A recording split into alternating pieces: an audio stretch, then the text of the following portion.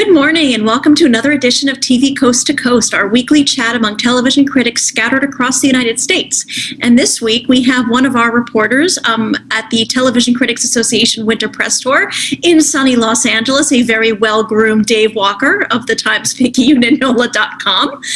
Christy Turnquist of the Oregonian Oregon Live is also there, but she has the week off. And we have Mark DeWidziak of the Plain Dealer in Cleveland and Cleveland.com, and me, Vicki Hyman of the Star Ledger at NJ.com. Here in New Jersey, enjoying the balmy 15 degrees, Mark. How cold is it by you? In my den, it's very warm and very comfortable. It's freezing here. How are you enjoying the tour, Dave? Rubbing elbows with the stars? It's going really well. Thank you for asking, and thank you for making very nice comments about my appearance. It's going well. It's a lot of content, and Christy's like right down there in the ballroom. Actually working instead of doing this, and so this is working. Oh, you're right. Right, you are. So anyone who's caught an episode of TV Coast to Coast knows we have been very hard on comedy here, particularly network comedy. But this week, we're taking a look at 3 returning comedies that are all very, very good, even possibly great. And we're going to start off with what I think is one of the strongest shows, drama or comedy, on television, network television today, NBC's Parks and Recreation, starring Amy Poehler, which begins its farewell season tonight at 8 p.m. Dave, you want to talk to us about that? You bet. I'm going to crank this up with actually talking about a broadcast network comedy, something that was intended to be a comedy, that is just a comedy, Parks and Recreation. And I agree with you, Vicki. It's one of the best shows of the era, and it's certainly for broadcast television. The 7th and final season begins Tuesday. It's an abbreviated slate of 13 episodes that will air back-to-back leading up to a February 24th series finale. As the season opens, the story has jumped ahead to 2017. I didn't get a preview screener. Did either of you? I don't think so. I don't think they I saw it was available on the website, but I didn't watch it. I'm saving it for tonight. Okay, good for you. I wish I could tell you more about the show, but I'll use the time jump that they take in the story to as a hook to let me jump back in time to the comedy's origin story. It's an affectionate appreciation, to say the least. When Parks and Rec came on in April 2009, it had been born but never really lived as kind of a sequel to NBC's version of The Office. All it really shared with that show was a single-camera mock documentary storytelling style. Executive producers Greg Daniels and Michael Schur and Rashida Jones. Set in fictional Pawnee, Indiana, it seemed to be about small-town civic bureaucracy and politics. I confess I was a little wary about the setting. I'm always wary when shows are set in the Midwest. Temptation is ever present for coastal writers to portray residents there as boobs and bumpkins. And among Indiana's products are boobs and bumpkins like Sidney Pollack and Ryan Murphy and Will Shortz and Kurt Vonnegut and Steve McQueen, Twyla Tharp, Cole Porter, Hoagie Carmichael, Durwood Kirby, Tavis Smiley, David Letterman, and Tito Jackson.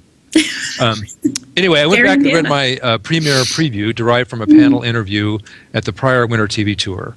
And speaking of time leaks, I'm coming to you today from the current Winter Tour, during which Daniels revealed that he'd researched his story in Claremont, California. Interestingly enough.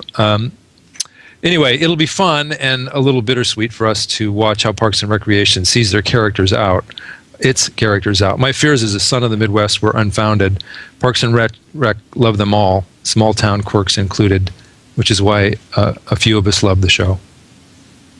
And Vicki, you're going to talk about Shameless? Shameless, which returns Sunday night on Showtime. It is a show about a rowdy, raunchy family of hustlers on Chicago's South Side. It's based on the British series of the same name. It was actually considered a drama for awards purposes for most of its run, but it jumped to the comedy category last year, which resulted in the great William H. Macy, who plays the disreputable in the extreme patriarch, Frank Gallagher, picking up his first Emmy and his first Golden Globe nominations for the show.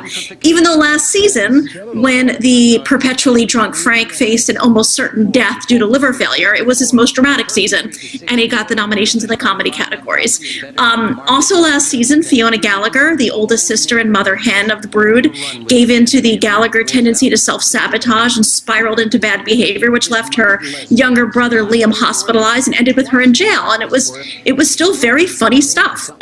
Most of the humor lies in this Gallagher family all-purpose outrageousness and extreme vulgarity, but the characters, at least Fiona, is played by Emmy Rossum, and the brainy oldest brother Lip, played by Jeremy Allen White, are really relatable. This season, Fiona is trying hard to make the right choices for herself. She's got a decent job as a waitress and a compassionate and conveniently sexy boss, played by Dermot Mulroney. Lip went off to college last year and had a hard time fitting in with this more privileged crowd, and returns to the South Side this summer when it's set, and finds himself struggling in the same way, trying to reconnect with his old stoner friends. The show is still overstuffed. It's chaotic. Kevin V, their neighbors, are struggling with newborn twins. Debbie is in the throes of adolescence and is taken to stabbing dolls with knives. And the neighborhood is changing around them, and gentrification is in the air. It's chaos, but chaos is what this show is all about, and I shamelessly love it. Mark, you are taking Episodes, which is also on Showtime and also premiered last Sunday night, right? This past Sunday night. They started their 4th season, which is a little daunting, because it's one of these shows that seemed like it just premiered last week, and all of a sudden it's this show that's in its 4th season, and it's one of these shows that's under the radar. It's one of those shows that has existed under. There's a whole classification of these kinds of shows. Really wonderful comedies, dramas. Every genre's got them. They're shows that don't sort of jump up really, really high and get the acclaim like Louis does in the comedy field and gets all of the awards.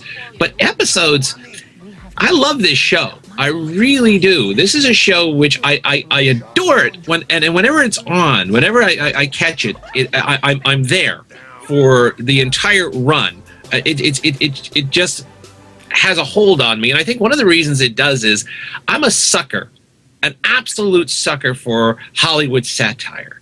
Anything that takes its aim at the hollow heart of Hollywood has got my immediate sympathies, and all through I love novels that do this, I love movies that do this, and this show really takes apart television. Its goal is, its aim, its target for its satire is television, and it just blasts away episode after episode.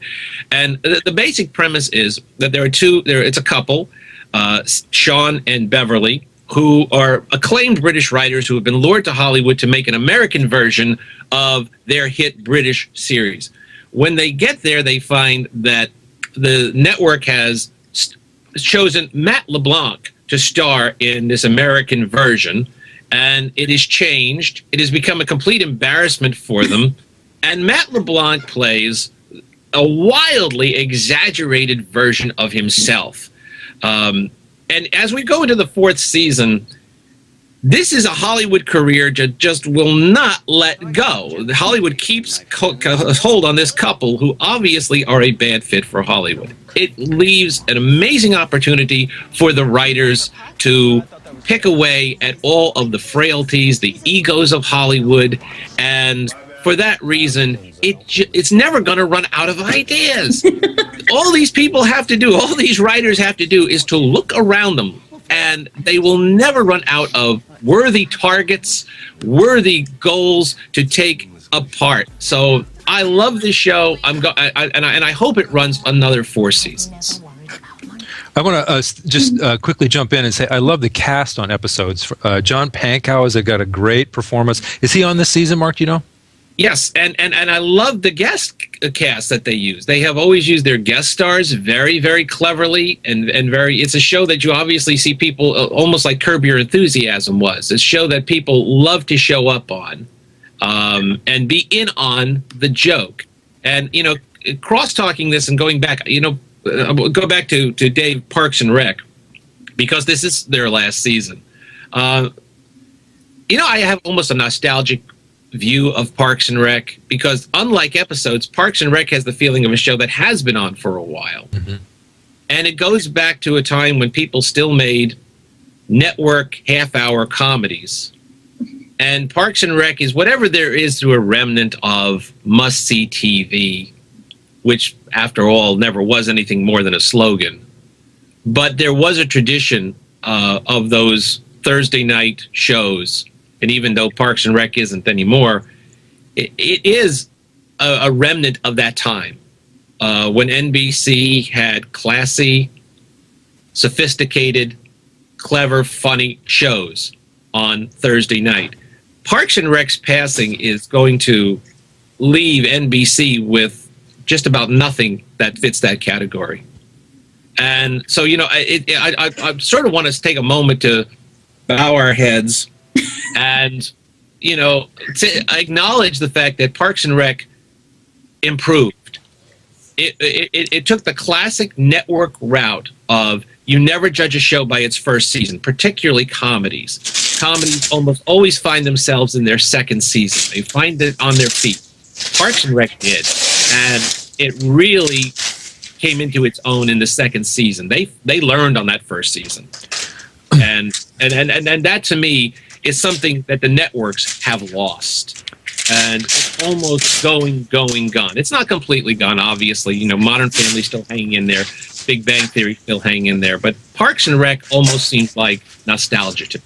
I want to jump in real quick here because I'm losing my room, but I forgot to mention the cast of Parks and Rec, which is maybe its real legacy, from Amy Poehler, Rashida Jones, Aubrey Plaza, Aziz, Adam Scott, Nick Offerman, and especially Chris Pratt. We're going to be following their careers the rest of our lives, the rest of their professional lives.